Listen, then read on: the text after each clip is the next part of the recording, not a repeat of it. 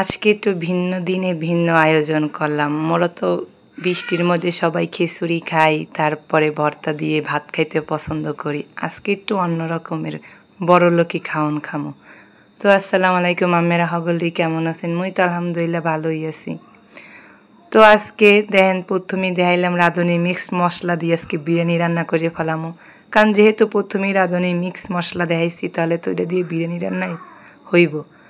তো যাই হোক, মানে প্রথমে একটু মাংসটারে সুন্দর মতো ভাজ্যা তারপরে কষাই নিতেছি, যাতে মানে সিদ্ধ হয়ে যায়।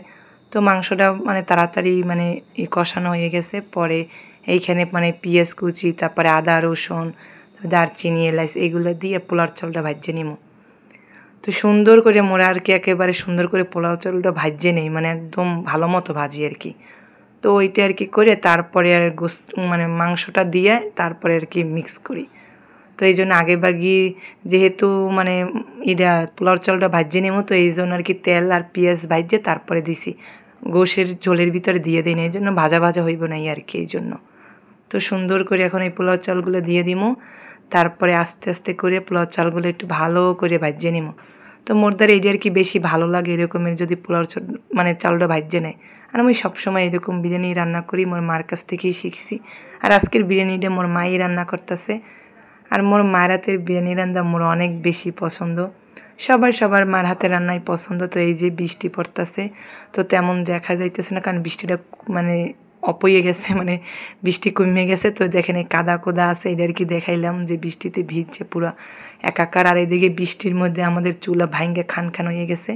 তো এই জন্য দুপাইকে চুলা আর কি রান্না করি না, এক প্যাকেলেই রান্না করি। বৃষ্টির ভিতরে আমও সারতেও পারে না, কারণ মাড়ি পাইতে কষ্ট, কারণ কোলাকাত্তর সব পানিতে ডুবে গেছে, এই জন্য মাড়ি উঠাইতে পারে না। তারপরে আবার মানে চুলা মানে যদি ঠিকও করে তাহলে আর কি ওই শুকাইতে চায় না। আর লাড়কিতে আর কি দুপাইকে চুলা রান্না করতে কষ্ট হয়ে যায়, মানে উপরি দিয়ে মানে ছাই ভিজে থাকে। দুপাইকে চুলাটা একটু এইরকমের সমস্যা, এক পাইকে চুলায় সুন্দর করে রান্না করা যায়, এই জন্য এক পাইকে চুলাই রান্না করি।